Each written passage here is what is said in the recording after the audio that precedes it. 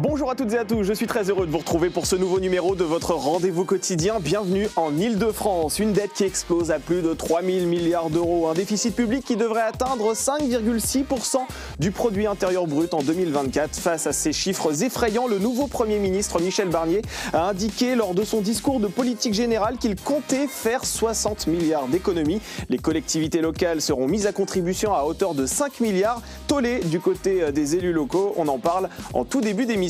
Nous ouvrirons ensuite notre page culture avec un magicien qui a fait disparaître la Tour Eiffel. Et oui, il a commencé sa carrière à l'âge de 16 ans et a créé une cérémonie de récompense qui est à la magie ce que les Oscars sont au cinéma. Nous recevrons Gilles Arthur, producteur des Mandrakes d'Or. Et enfin, nous conclurons cette émission par votre rendez-vous hebdomadaire. Par ici les sorties avec François Auvel, rédacteur en chef culture au Figaro. Nous irons au musée d'Orsay où se tient l'exposition sur Gustave Caillebotte.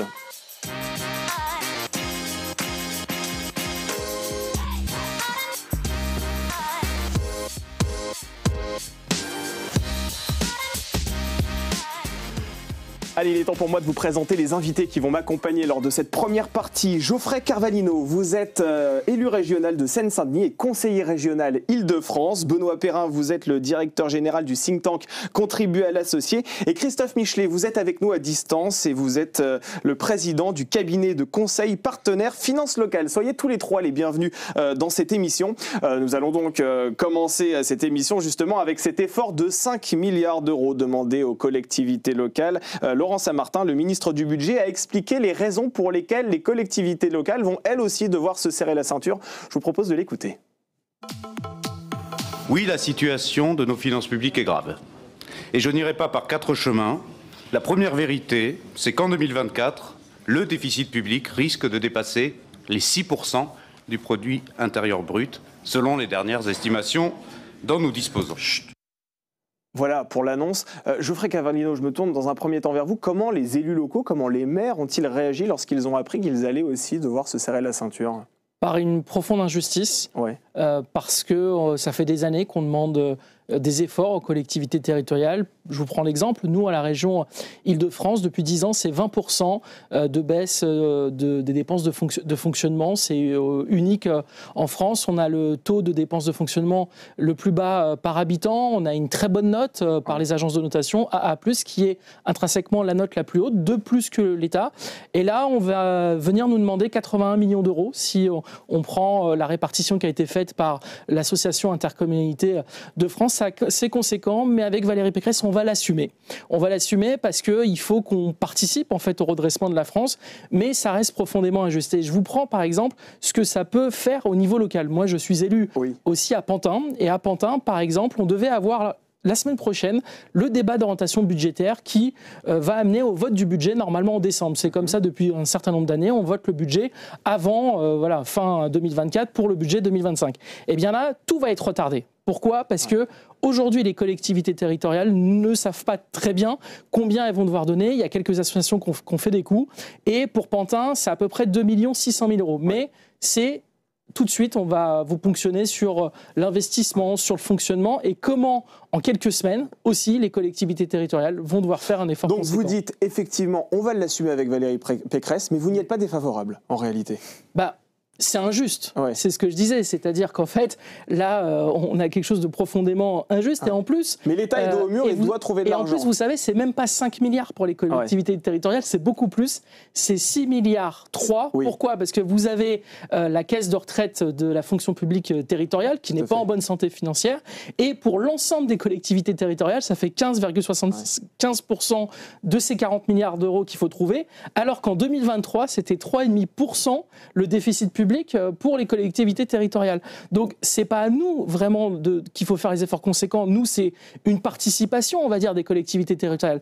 Mais il faudrait vraiment que l'État se pose les bonnes questions, réduise vraiment les dépenses là où il faut. Par exemple, je vous prends un exemple. Là, ils veulent que les retraites ne soient pas indexées sur l'inflation. Eh bien, par exemple, vous avez l'assurance chômage qui peut être promulguée tout de suite. C'est 3,5 milliards. Oui. Voilà, il faut faire du conséquent et puis arrêter les doublons. Parce qu'aujourd'hui, vous avez des ministères qui ont des agents d'urgence.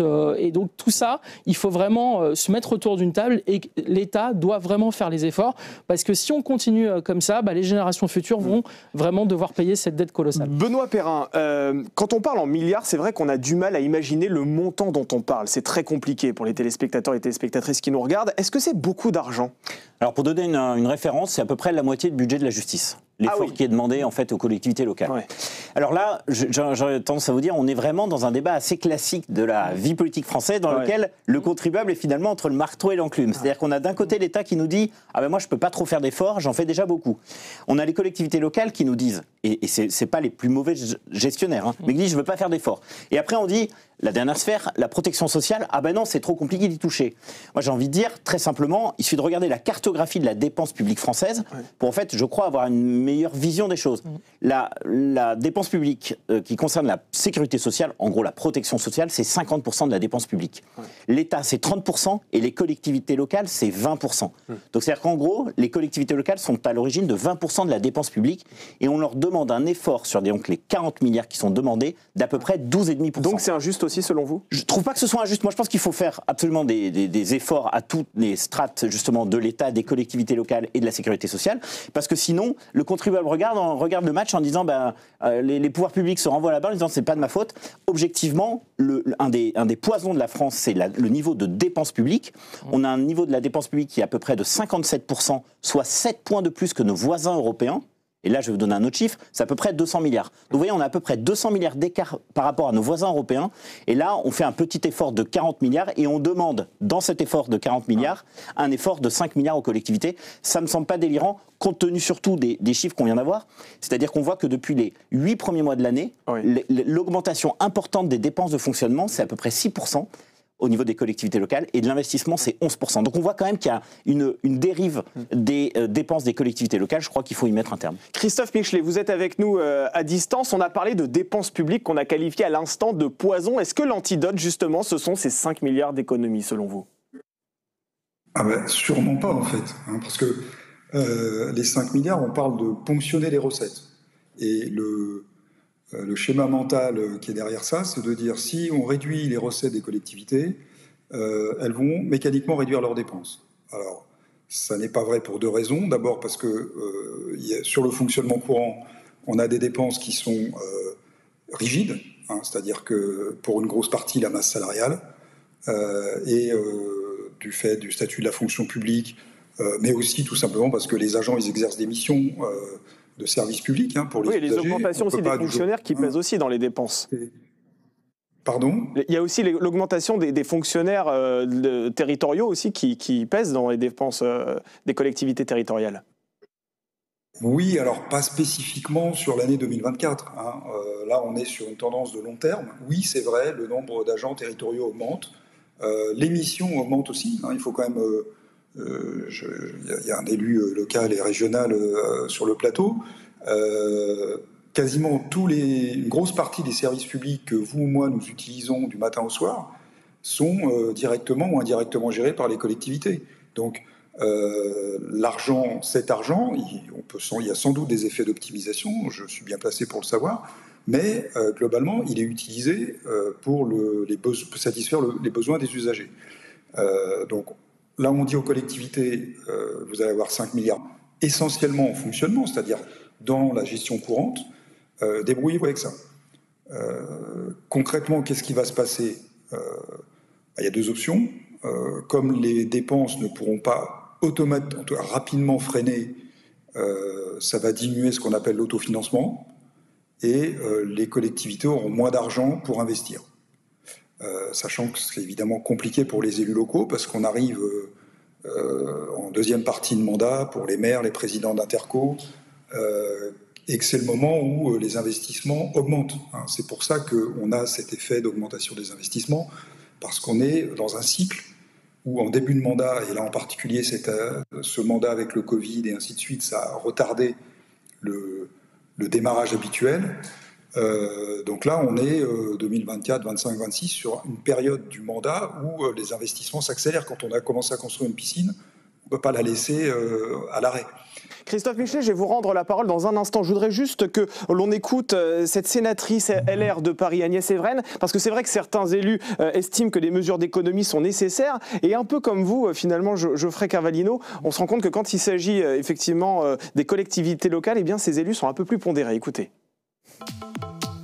Je pense que c'est justifié, mais les collectivités ne doivent pas non plus être le bouc émissaire en fait de la réduction des déficits.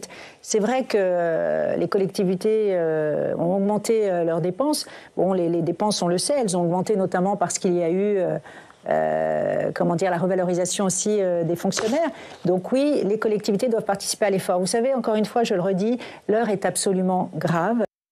Oui, Christophe Michelet, en fait, ce que dit Agnès Evren, c'est qu'aujourd'hui, quand on a une dette qui explose, un déficit public, comme je le disais tout à l'heure en introduction, qui va atteindre en 2024 5,4% du PIB, c'est logique que les collectivités locales se serrent la ceinture. Ah oui, moi, je ne conteste pas la situation macroéconomique. Je suis, de par mon métier, je suis bien placé pour comprendre les enjeux et l'importance, le niveau assez délirant, que ce soit la dette publique au niveau global ou du déficit.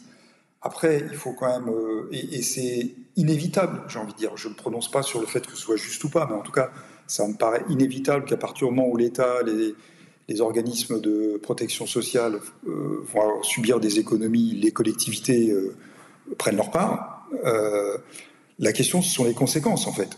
Alors justement, on va en parler dans un instant des conséquences, mais je voudrais me tourner vers vous, Geoffrey Carvalino, parce que Michel Barnier a pourtant promis que les sommes qui pourraient être retenues seraient reversées lorsque le pays ira mieux. Voilà, je donne ces propos, ça vous fait sourire. Je vois que vous n'y croyez pas vraiment. Bah écoutez, pas vraiment, parce que vous savez, par exemple, je prends les transports. Ouais. Il y a ce qu'on appelle le contrat plan État-région. Bah, c'est le contrat que nous venons de signer pour la période 2024-2027. Eh bien, la part régionale est beaucoup plus importante que celle de l'État. Et dans le précédent plan que nous avions mis en place, eh bien, la région a même avancé des frais de l'État qui, je crois, n'ont toujours pas été récupérés. Ouais. Donc la dette de l'État pour les collectivités territoriales est déjà assez importante, c'est ce que vous nous dites. Déjà, les collectivités territoriales font ce que l'État ne fait plus, sans donner plus de pouvoir aux collectivités territoriales, alors que l'État devrait se recentrer autour de 3 missions, qui est éduquer, soigner, protéger, nous donner un peu plus de moyens, parce qu'on le fait déjà sur beaucoup de sujets. L'État aussi, il y a beaucoup de structures très interdépendantes les unes des autres, donc elle pourrait vraiment se reconcentrer sur ses missions régaliennes, nous confier un petit peu plus, et on le voit déjà. Et si aujourd'hui, il n'y a pas cet effort d'investissement des collectivités territoriales, et notamment nous en Ile-de-France, eh bien, il y a des projets locaux ou même des entreprises qui reçoivent des aides publiques de la région qui pourraient pas fonctionner aujourd'hui, ou des projets qui ne pourraient pas s'ouvrir. Tout à l'heure, ça a été rappelé, il peut avoir des conséquences et avoir beaucoup de retard sur des équipements publics qui vont compter.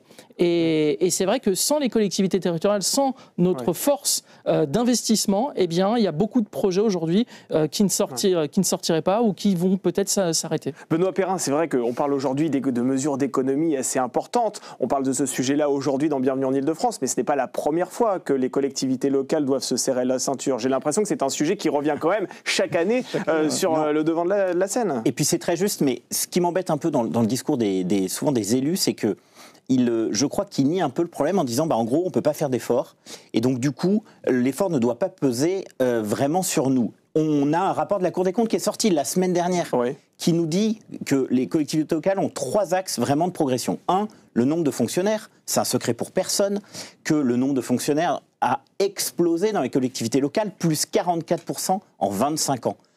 C'est 6% au niveau de l'État et à peu près 34% au niveau de la protection sociale. Donc je veux dire, ceux qui ont massivement embauché, pour ne pas dire trop embauché, ce sont quand même les collectivités locales, vous l'avez dit tout à l'heure, pour une commune, c'est à peu près plus de 50% de son budget.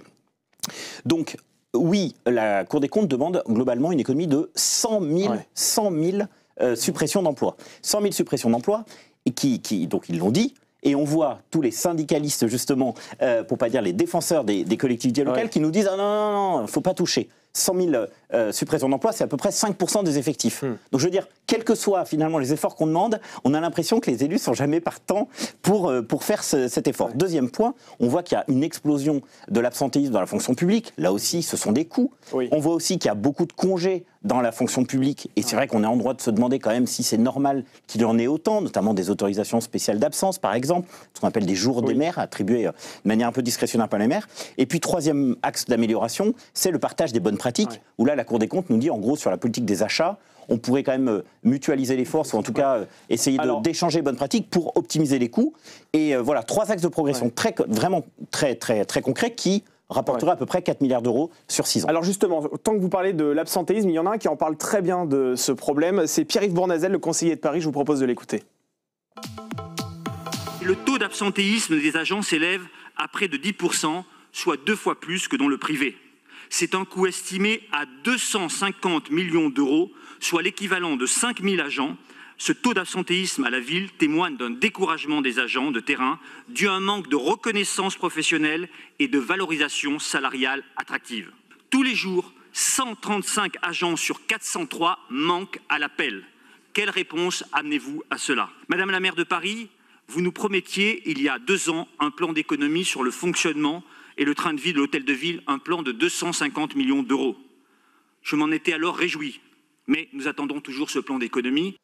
Christophe Michelet, je reviens vers vous parce que ce que dit Pierre-Yves Bournazel est très intéressant et ce que vous disiez aussi sur ce plateau, Benoît Perrin. Est-ce que lutter contre l'absentéisme aussi, finalement, c'est une mesure qui est intéressante pour faire des économies à l'échelle territoriale?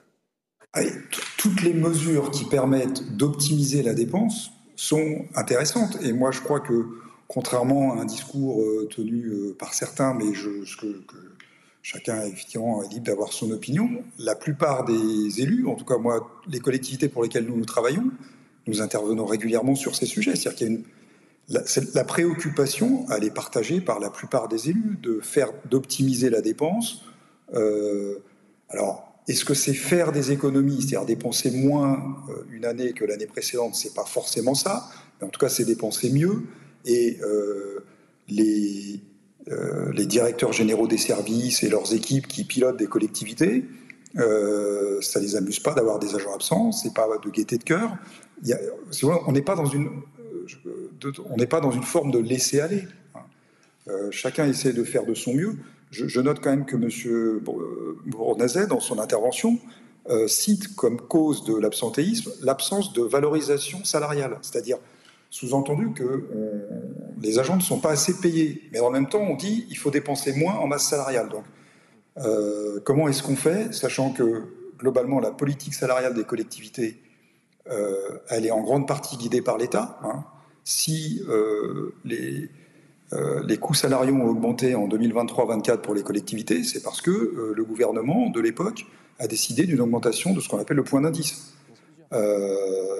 C'est pas chaque maire dans son coin qui a décidé d'augmenter les salaires de ses agents. Donc, il y a une espèce de double discours qui consiste à dire faites des économies, mais en même temps, on augmente les salaires, on ne laisse pas les collectivités gérer librement leur masse salariale. Mais des économies ont été faites, c'est vrai, là, je me tourne vers vous, Geoffrey Carvalino, mais le millefeuille territorial, par exemple, il a été considérablement simplifié, notamment grâce au numérique. Là aussi, à l'échelle locale, vous avez fait des économies. Nous, on a fait des économies réelles. C'est 20% de baisse de fonctionnement depuis 10 ans. Ouais. Aucune région de France n'a fait cela. On a les dépenses de fonctionnement les plus basses par habitant. Et puis, en plus, on a supprimé 15 structures qui existaient. Ouais. Qui ont été supprimés, mais réintégrés dans les compétences à la région. Et aujourd'hui, on le voit, il n'y a pas moins de services publics, il y a plus de services publics, parce que quand vous supprimez des structures que vous rattachez à la collectivité d'origine, eh bien, vous êtes plus performant, il y a moins de dépenses, on fait des économies, et qui, en plus, vous permet, par la suite, d'avoir une capacité d'investissement assez conséquente. En fait, vous êtes les bons élèves dans cette histoire, si je comprends bien, parce que c'est vrai que vous faites des économies, oui. Vous palliez aussi certaines absences de l'État, notamment lors du Covid-19. Souvenez-vous, lorsque l'État n'était pas capable de prendre en charge certaines choses, vous, les collectivités locales, vous étiez là, et aujourd'hui, on demande des efforts. C'est vrai que sur le papier, ça peut paraître injuste. Ce qui est un peu injuste, et c'est comme ça, c'est qu'en fait, on va ponctionner de l'argent aux collectivités qui sont bien gérées, très concrètement. Oui. Là, je crois que vous avez une baisse d'à peu près 4% de vos recettes avec ce qui va se passer. Vous allez avoir un peu moins de reversement de TVA. Parce qu'en fait, ce qu'il faut bien comprendre, c'est que la TVA est devenue aujourd'hui une source majeure de financement pour les collectivités locales. Là, c'est le fonds de compensation de la taxe sur la valeur ajoutée dont vous parlez. Exactement. Plus un écrêtement de la dynamisation des versements de TVA. Bon, tout ça est un peu compliqué. Tout ça est un peu compliqué, mais c'est juste pour comprendre que la TVA, contrairement à ce qu'on peut penser de loin, est un outil extrêmement important pour les collectivités locales. Et de la même manière, les transactions immobilières sont aussi très importantes. Et ce qui explique en partie une baisse des recettes des collectivités locales, c'est justement qu'il y a moins de transactions immobilières. Et ça, pour le coup, ça pèse, il faut bien le reconnaître, dans les budgets. Et ça pèse aussi sur les entreprises locales, parce qu'on le voit, dès que l'immobilier va moins bien, c'est toutes les entreprises qui travaillent autour. Et c'est vrai que, par exemple, vous parliez de l'exemplarité. Et c'est vrai que, par exemple, notre présidente de région, Valérie Pécresse, elle a dit pendant l'élection présidentielle 2022 qu'Emmanuel Macron avait cramé la caisse. Mais quand nous, on dit des choses, on propose des solutions, eh bien, derrière, on peut se permettre de dire, regardez ce que nous, on a fait au niveau de la collectivité francilienne, et on demande que l'État aussi prenne exemple sur ce qu'on a fait nous à la région Île-de-France ou sur d'autres collectivités. Il y a d'autres collectivités qui sont bien gérées en France, que ce soit des départements, des communes, qui font des efforts. Et c'est vrai que ça peut paraître injuste quand on demande aux collectivités qu'on fait les efforts de venir aider l'État qui a un problème de déficit. Mais encore une fois, on est dans une situation particulière en ce moment. Et je pense que quand on aime son pays, eh bien, il faut se retrousser les manches et que tous ensemble, on participe à redresser notre pays. Parce que si demain, on veut que notre jeunesse ou prendre soin de nos aînés, eh bien, il faut qu'aujourd'hui, on fasse les efforts nécessaires. Ça va être difficile, mais... Alors justement, on va parler des conséquences dans un très court instant, mais tout d'abord, je voudrais que l'on fasse un tout petit peu de pédagogie avec vous, Christophe Michelet, parce qu'on parle aujourd'hui effectivement de bons élèves qui ont tendance à être punis. En gros, comment ces sommes sont-elles réparties par l'État ? Comment les dotations aux collectivités territoriales se font-elles ? Alors aujourd'hui, on n'est pas sur une question de bons ou de mauvais élèves. Les dotations, alors on ne parle pas du prélèvement là qui va être opéré, qui est encore un autre modèle. Les dotations telles qu'elles existent aujourd'hui, il y a ce qu'on appelle une dotation globale de fonctionnement, donc qui est, comme son nom l'indique, versée de manière assez universelle, sauf quelques exceptions, basée sur des critères assez, pour beaucoup assez énigmatiques, parce que très complexes. Et c'est d'ailleurs un reproche que font y compris les élus locaux à cette dotation. Et puis ensuite, ce que fait aujourd'hui l'État, c'est ce qu'on appelle de la péréquation, c'est-à-dire donner aux communes les moins, aux intercommunalités les moins, aux départements les plus pauvres, entre guillemets, ou dont les habitants sont les plus pauvres, soit en prenant sur son propre budget, soit en prenant à ceux qui sont... les plus riches. Donc on prend aux collectivités les plus riches pour donner à celles qui sont les plus pauvres. Aujourd'hui, c'est comme ça que fonctionne le schéma des dotations. Là, les 3 milliards qui vont être prélevés sur les 5, qui sont poétiquement baptisés mécanismes de précaution, là, il n'y aura pas de bons ou de mauvais élèves. C'est un seuil de taille de budget à 40 millions d'euros. Donc toutes les collectivités, communes, intercommunalités, départements, évidemment départements et régions qui sont au-dessus des 40 millions d'euros, potentiellement sont concernées. La seule exception qui aujourd'hui a été clairement annoncée, c'est que 20 départements ne seraient pas ponctionnés, en tout cas les moins favorisés. Absolument. Je voudrais qu'on parle maintenant des conséquences, parce que malheureusement le temps passe trop vite. Les collectivités locales, j'ai coutume de dire que c'est la vie de tous les jours pour les Français. Ce sont nos écoles, ce sont nos routes, ce sont nos bâtiments. Quelles pourraient être les conséquences très concrètes de cette baisse de ces économies en fait sur la vie des Français ? C'est quelques années peut-être de retard sur une piscine, une école, une route, de la transition écologique, parce qu'aujourd'hui, on est dans un monde où il faut rénover aussi les bâtiments publics. Donc c'est ça qui pourrait être touché, c'est qu'à un moment donné, nous, en région, comme je vous dis, on a fait les efforts, on sait qu'on va y arriver, ça, il n'y aura pas de problème de notre côté, mais je prends une commune, celle où je suis élu, à Pantin, quand j'ai vu le tableau d'Intercommunalité de France, je me dis 2,6 millions, 2,6 millions, c'est du concret tout de suite sur peut-être une une école qui doit arriver l'an prochain, sur une rénovation thermique qui est prévue aussi l'an prochain sur une autre école. Et donc, c'est de se dire aujourd'hui où est-ce qu'on va faire les économies. Et encore, on ne laisse pas le temps aux collectivités territoriales. C'est-à-dire que là, ils sont en plein rapport d'orientation budgétaire. Certaines votent les budgets dès la fin d'année ou attendent jusqu'au 15 avril, qui est la date limite pour voter le budget. Mais là, on demande à des collectivités qui ont aussi leurs difficultés, qui ont aussi leurs dépenses sociales, parce que quand aujourd'hui on le voit, il y a de plus en plus de gens qui sont en difficulté. Je parle pour les villes de Seine-Saint-Denis qui ont des budgets de plus de 40 millions d'euros. Et c'est ça concrètement, c'est du retard de projets, et peut-être que ce sera moins d'embauches. Après, il y a quelque chose qu'on ne parle pas sur les économies, c'est qu'il y a certaines collectivités qui, les 35 heures ne sont pas aussi au réel. Ça, il faut vraiment demander aux collectivités territoriales où les gens n'effectuent pas 35 heures. Et c'est sur ça qu'en fait, il faut peut-être demander aux collectivités territoriales qui ne l'ont pas encore fait, de faire des économies tout de suite, de respect de la loi tout simplement, plutôt que d'être des retardataires. Et là, on peut faire des économies, ce qui pourrait leur permettre de continuer à avoir de l'investissement. La boutade qu'on faisait à l'époque, au moment où on a mis en place les 35 heures, c'était les 35 heures dans les collectivités locales, on va y aller tranquillement. On va faire d'abord 32 heures, ensuite 33 heures, ensuite 34 heures et enfin 35 heures. Et enfin 35 heures. C'est vrai que pour rebondir sur ce que vous disiez sur justement ces économies, ça représente jusqu'à 2% des dotations que les collectivités territoriales peuvent recevoir. On se dit, sur le papier, pour les gens qui nous regardent, 2%, c'est pas énorme. C'est pas énorme. C'est comme, très simplement, quand on regarde l'effort qui est demandé au pays, c'est-à-dire donc les fameux 40 milliards, sur les 1600 milliards de dépenses publiques, on est aux alentours d'à peu près 2,5%. Je pense que n'importe quel ménage peut faire des économies sur 2,5% de son budget. Je ne vois pas pourquoi la sphère publique n'y arriverait pas. Eh bien, merci à tous les trois. Merci à tous les trois d'avoir été autour de cette table. On poursuit cette émission avec ce spectacle qui va vous plonger, vous allez le voir, dans un univers parallèle.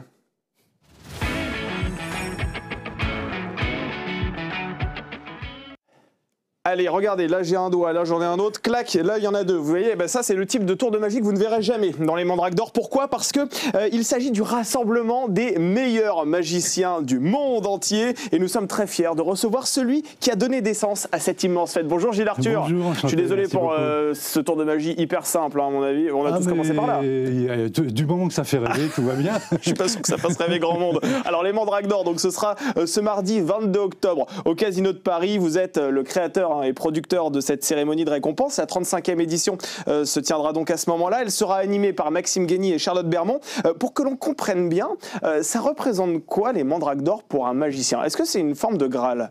Alors oui, mais pour le coup, je suis mal placé pour en parler. Vous êtes magicien vous-même. Non, mais oui, mais bon. Oui, vous êtes aussi le créateur. Oui, c'est vrai. Non, ce que je peux dire, c'est que je sais que tous les magiciens de la planète rentrent dans leur pays avec la statuette et sont très fiers de la présenter dans les JT. Donc ça doit représenter quelque chose. C'est un peu les Molières de la magie, les Césars de la magie. C'est devenu 35 ans. C'est notre 35 ans, c'est beaucoup. Oui. Beaucoup. Vous avez lancé ça en 1990. Exactement. Ouais. Et vous savez qui a ouvert la première cérémonie ? Je vais essayer de deviner. Un grand magicien, David Copperfield ? Non, pas du tout. Même pas. Un grand magicien. Le magicien, en fait, c'est un rôle d'acteur. Ouais. Et le premier acteur qui a ouvert la cérémonie, avant de lancer le premier magicien, c'était Jean Marais. Jean Marais. Absolument. Ah oui. Donc c'était pour dire juste que c'était un festival qui était placé sous une belle étoile. Effectivement, oui. Et puis il vous a porté bonheur, puisque 35 ans plus tard, vous êtes encore là. Comment vous avez eu l'idée de créer cette cérémonie ?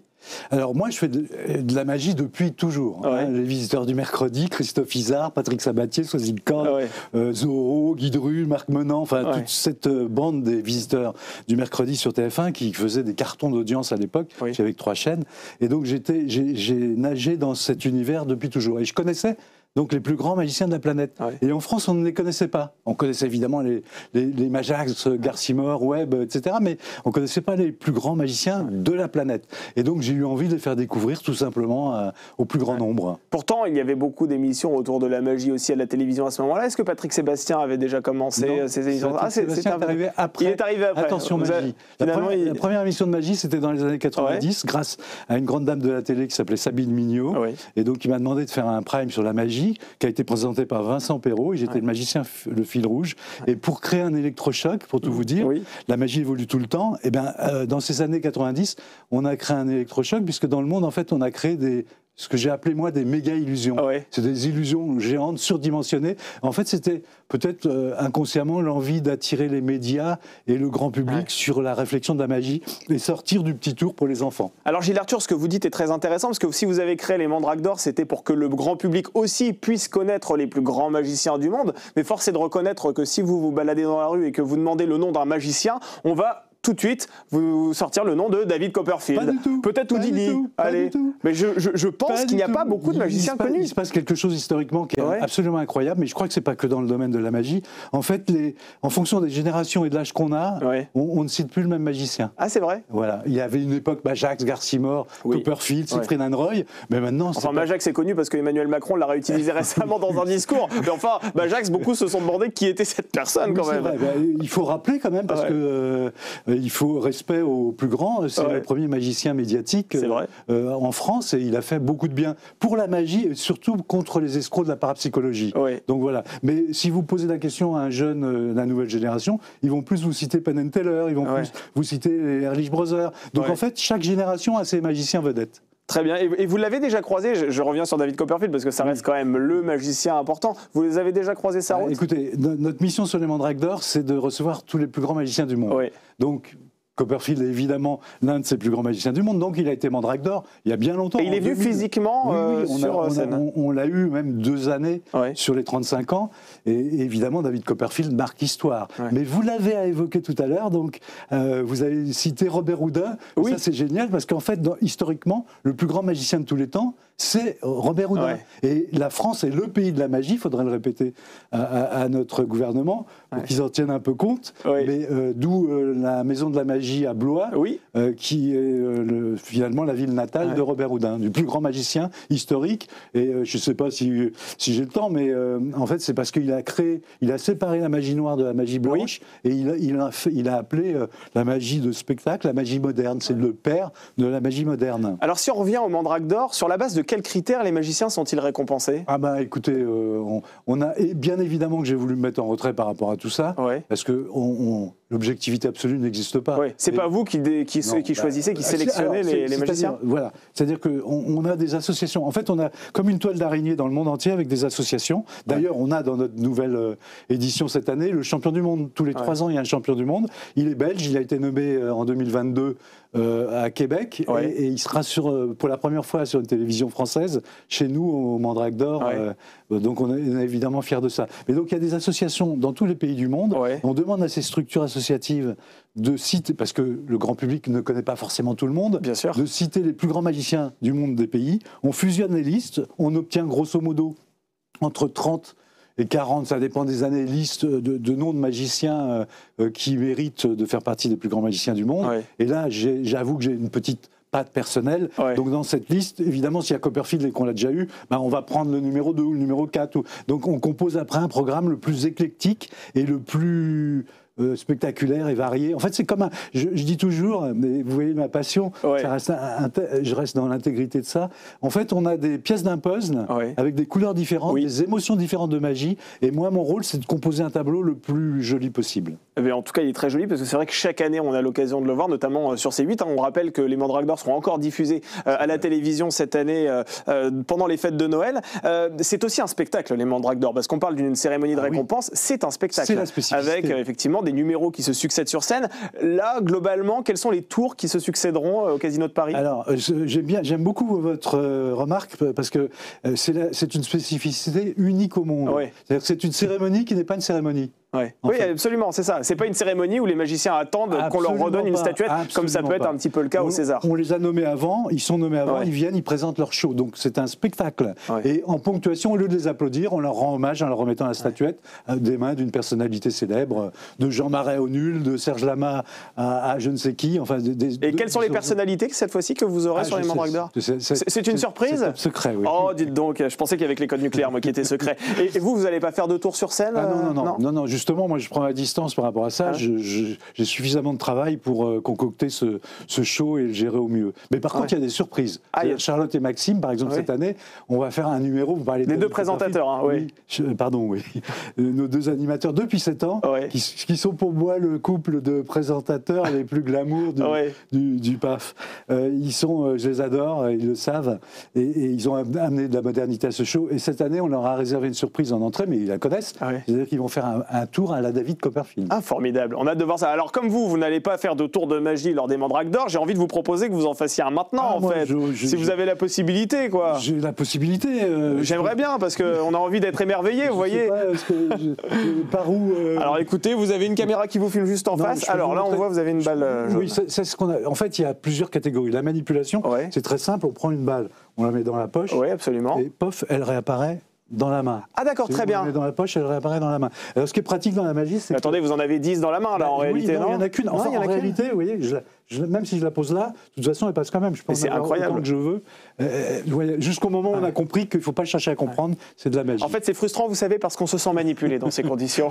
Il y a un peu de ça. Sauf que c'est le seul métier où on manipule, mais en accord avec la personne qu'on a en face de nous. Donc c'est quand même très honnête. Franchement, et ça, c'est accessible à tout le monde, ce que vous venez de faire ? Oui, la manipulation, ça demande de l'entraînement. Il y a donc la magie générale, la grande illusion, les femmes coupées, les lévitations, et ce que j'ai inventé au niveau du mot. Parce que Copperfield le faisait déjà avant moi, mais j'ai inventé le mot méga illusion dans les années 90, où on a fait des trucs absolument fous, comme la lévitation. La première année des Mandrakes d'Or, donc en 90, il y avait 2 éléments forts, l'ouverture de Jean Marais avec un poème de Cocteau sur les magiciens, et puis en clôture du festival, la lévitation de l'Hôtel de Ville de Gagny. Alors vous qui êtes le producteur des Mandrakes d'Or, je voulais absolument vous poser cette question parce que depuis plusieurs années, cette cérémonie est diffusée sur C8 pendant les fêtes de fin d'année. Ça a été diffusé auparavant sur France 3, sur Paris Première. On a l'habitude de voir cette cérémonie bouger de chaîne en chaîne, sur TF1 exactement, sur France TV, et sur France TV. En fait, vous êtes allé partout. On va pas citer toutes les chaînes, vous êtes allé sur toutes les chaînes de télévision.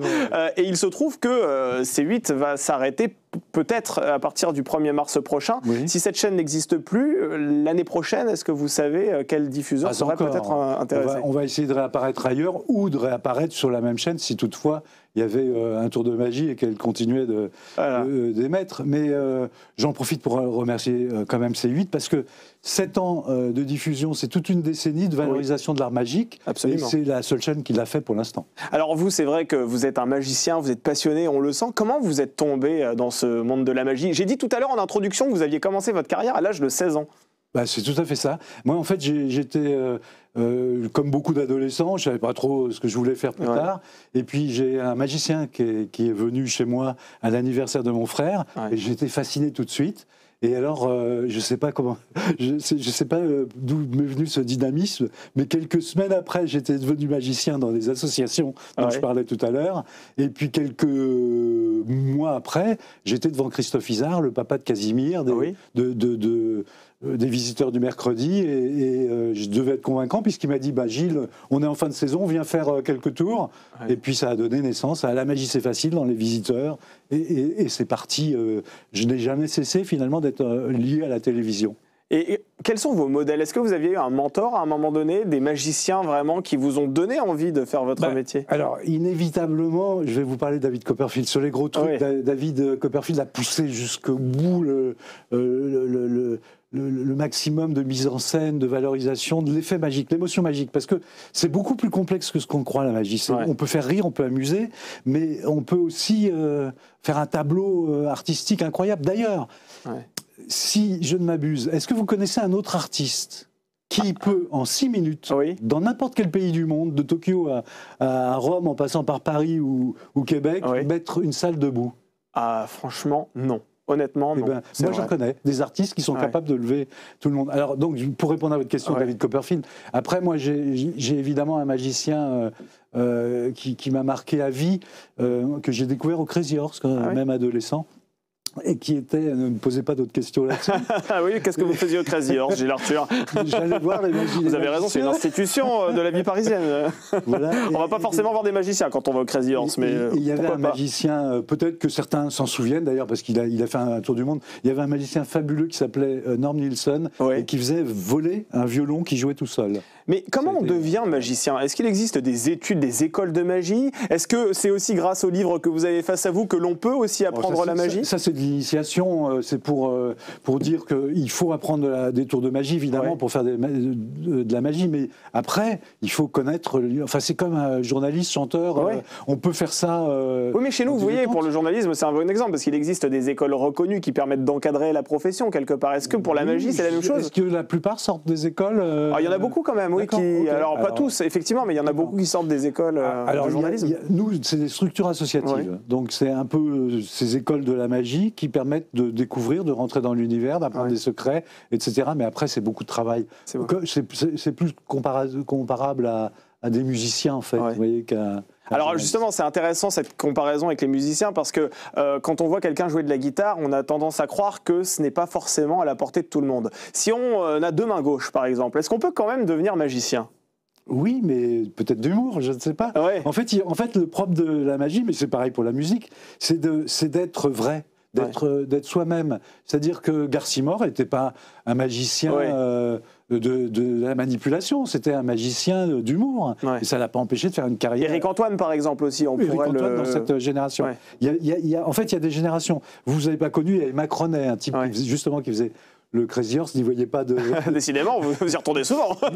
non, c'est parce que ce cabaret passait beaucoup de magiciens entre les numéros. Donc c'est pour ça que je cite. Donc il y avait Macronet, Garcimore, Éric Antoine, effectivement, mais qui est devenu un peu plus animateur de télé, et Vincent C, qui fait partie des nouveaux magiciens d'humour de notre nouvelle génération. Et qui généralement va au Mandrake d'Or aussi, Vincent. Alors, il est devenu sociétaire des Mandrake d'Or, parce c'est tellement un showman qu'on l'invite chaque année, Et un bon magicien, est-ce que c'est quelqu'un qui est doué avec ses mains ou bien c'est quelqu'un qui a juste le bon matériel? La réponse est dans votre question. Si tout le monde pouvait faire de la magie, en fait, il faut. Parfois, on a l'impression que le matériel peut compenser les lacunes qu'on peut avoir par ailleurs quand on n'est pas doué, quoi. Moi, qui suis spécialiste de la grande illusion et de la méga illusion, je peux dire que beaucoup pensent qu'en coupant une femme en deux, ça suffit. En réalité, pour que l'émotion magique soit percutante et le plus fort possible, il faut avoir des notions de mise en scène, d'impact magique, etc. Et la boîte permet simplement qu'on dise « Ah, c'est marrant, c'est bien ce que tu as fait ». Et le vrai magicien vous fait passer de l'autre côté du miroir et vous fait vivre une émotion unique. Et est-ce que vous diriez aujourd'hui que les nouvelles technologies permettent aussi aux numéros d'être plus impressionnants qu'avant? Est-ce que la magie a évolué grâce à la nouvelle technologie? Évidemment, évidemment. D'ailleurs, comme je vous disais, avec la méga illusion, c'était une époque, les années 2000. Mais avant, il y avait l'arrivée de la magie à la télévision, avec les gros plans et ces fameuses colombes qui apparaissaient dans les foulards. Puis après, il y a eu la street magie. Après, il y a eu la digital magie. Et aujourd'hui, on est dans une mode mentalisme. Donc, est-ce qu'il n'y a pas besoin de le dire? Ça évolue tout le temps. Et derrière le mentalisme, il y a encore une nouvelle magie qui est en train de se profiler à l'horizon. Et elle est la magie, j'appelle ça la magie 2.0, moi. Les mentalistes, par exemple, au Mandrake d'Or, on a un mentaliste de référence qui utilise des nouvelles technologies et qui rend la pensée de la personne qu'il mentalise, il rend la pensée visible. Et ça, c'est très intéressant. Et on a vu aussi Fabien Olicard lors des Mandrake d'Or il y a quelques temps, qui est très connu. Merci beaucoup, Gilles Arthur. Je rappelle que vous êtes le producteur et créateur des Mandrake d'Or que l'on pourra retrouver donc sur la scène du Casino de Paris le mardi 22 octobre prochain. Merci d'avoir été autour de cette table. Allez, on poursuit cette émission avec votre dernière rubrique par ici, les sorties.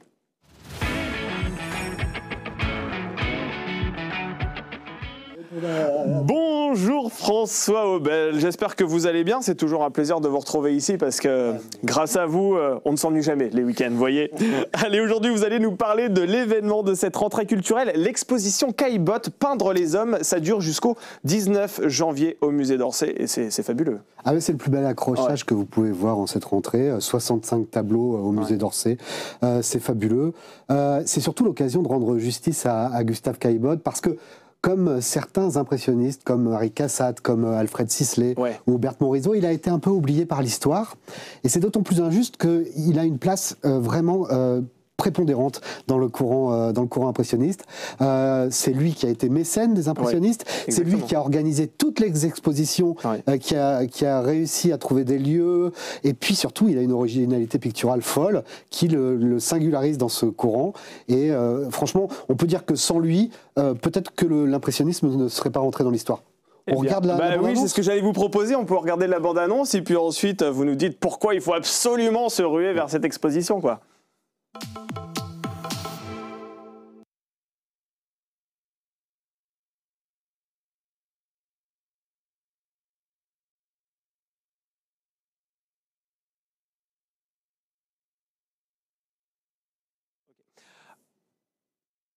Bon, alors vraisemblablement, on a un petit problème de son sur cette bande-annonce, mais je suis sûr, François Obel, que grâce à vos arguments, vous allez pouvoir nous donner envie d'aller voir cette exposition. Qu'est-ce que vous connaissez, vous, de Caillebotte, Damien?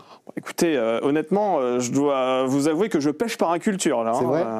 Vous connaissez ce tableau? Ah bah oui, quand même. Les raboteurs de parquet, très célèbres. Mais voilà, on connaît ça. On connaît les raboteurs de parquet, on connaît ce tableau gigantesque qui est à Chicago, qui s'appelle Rue de Paris, Temps de pluie, magnifique. Mais on ne mesure pas à quel point Caillebotte, justement, était novateur, révolutionnaire même pour l'époque. Et c'est justement ce que montre l'exposition au musée d'Orsay. Elle montre qu'en fait, il va peindre des figures modernes. Et là, les commissaires ont choisi 65 tableaux, mais justement dédiés à ces figures modernes. Ils ne sont pas allés chercher les natures mortes, les paysages. Il en a peint, il a peint en tout près de 500 toiles, Caillebotte. Mais là, ils se sont concentrés sur les figures et les figures masculines parce que chez Caillebotte, finalement, contrairement à Degas, Renoir ou même Manet, la figure de la modernité passe par le masculin. Ah oui. De là à dire que il y a dans l'œuvre de Caillebotte un désir homo-érotique, effectivement, l'exposition a franchi le pas. Un peu trop facilement à mon goût. Mais oui, parce que ils ont finalement passé l'œuvre de Caillebotte au crible des études de genre américaines. C'est la grande mode, vous savez, c'est les expos à thèse. C'est un peu dommage, mais ça n'enlève rien à la fabuleuse exposition. Vraiment, les toiles qui sont présentées sont merveilleuses. Et on comprend justement la modernité de Caillebotte, parce que à quoi il s'intéresse, Caillebotte? Il s'intéresse à ce qu'il a autour de lui. Ben là, par exemple, ça c'est dans son intérieur, c'est dans son appartement de la rue de Miromesnil, ou peut-être que c'est dans son appartement d'Haussmann, mais je pense que c'est plutôt dans l'hôtel particulier de Miromesnil. Il s'intéresse au cercle mondain, à la bourgeoisie à laquelle il appartient, mais ce qui est vraiment fabuleux dans son œuvre, c'est que il a un positionnement, c'est comme s'il se dédoublait, il regarde de l'extérieur, il questionne finalement sa condition et à travers sa peinture. Et ça, c'est fabuleux. Alors, c'est vrai que ça passe par les figures masculines. Il a aussi beaucoup peint, j'allais dire photographié, mais il a aussi beaucoup peint. C'est un lapsus révélateur. Oui, c'est tellement net qu'on croirait parfois des photos. En effet, les raboteurs, c'est impressionnant. Ah ben alors, ce qui est intéressant chez lui, c'est les effets de perspective. On le voit là avec les peintres en bâtiment. Vous voyez cette longue perspective. Et c'est ça. Il a questionné sa condition et ça lui a permis de peindre à la fois les figures urbaines, les ouvriers, là, ici, c'est les peintres en bâtiment, les raboteurs, et ça lui permet aussi de mettre au point vraiment une technique formidable. Ce qui est très intéressant et ce qui le distingue des autres peintres impressionnistes, vous voyez déjà, c'est pas la touche. Généralement, il y a une touche assez. On est plutôt chez les impressionnistes dans l'esquisse. Là, on est dans la précision. Il fait beaucoup d'études, Caillebotte. Vraiment beaucoup d'études avant de mettre en place ces tableaux.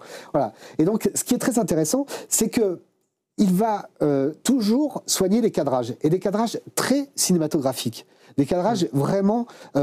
J'allais dire photographique, et c'est la photo, là on le voit très bien. C'est très esthétique en fait. Alors ça c'est le cadrage photographique par excellence. Là c'est René, son plus jeune frère, qui est à la fenêtre de leur appartement. C'est vrai que ça pourrait être une photo Instagram aujourd'hui. Alors là ça pourrait être une photo Instagram, exactement.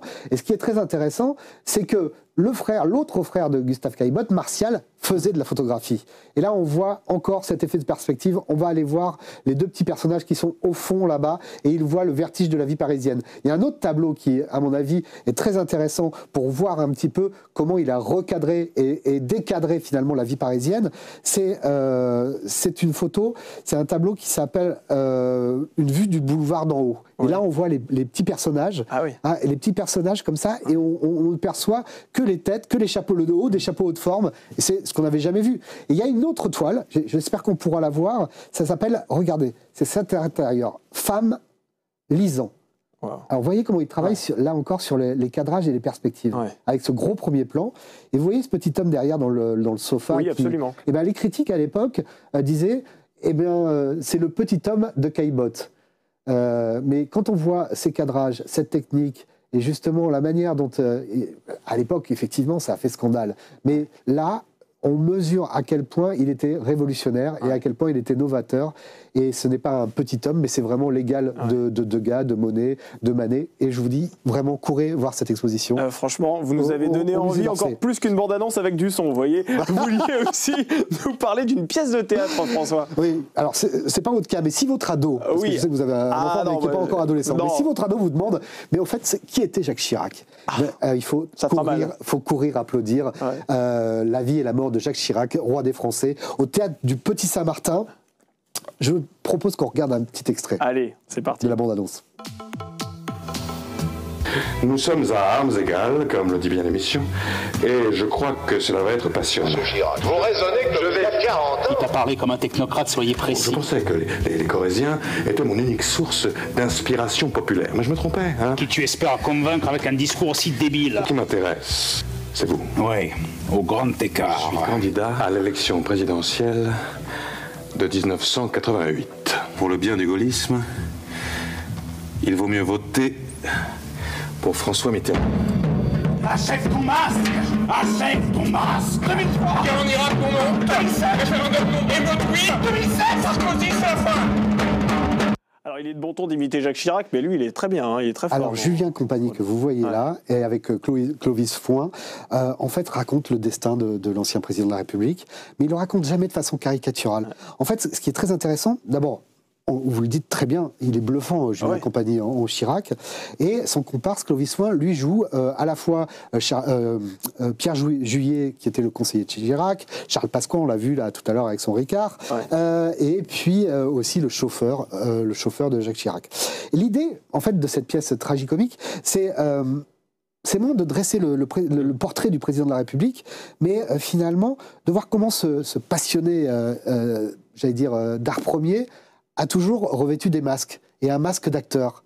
C'est les acteurs qui jouent un acteur. Et c'est vraiment fabuleux. Et c'est très drôle. Franchement, en fait, cette pièce, c'est le premier épisode d'une saga que le metteur en scène Léo Cohen-Paperman, en fait, il a déjà fait Giscard, il a fait Mitterrand, et il voudrait faire les 8 présidents de la Ve République, et pour plus tard, quand il aura terminé, mettre en scène ces 8 présidents sur une même scène, ce qui ferait une très longue pièce, mais c'est passionnant. Eh bien, très bien. C'est passionnant. On a une exposition incroyable sur Gustave Caillebotte, du spectacle vivant avec cette pièce qui s'intitule La vie et la mort de Jacques Chirac, roi des Français. C'est au Petit Saint-Martin que ça se passe, du mercredi au dimanche à 19h. À 19h et certains jours à 21h. À 21h. Eh bien, on y sera. Merci beaucoup François Obel pour ces recommandations. Vous êtes rédacteur en chef culture au Figaro. C'est la fin de cette émission. Merci beaucoup de nous avoir suivis. Lundi, vous retrouverez Victoire Sicora aux commandes de Bienvenue en Ile-de-France. Je vous souhaite un excellent week-end et merci de votre fidélité sur le Figaro TV.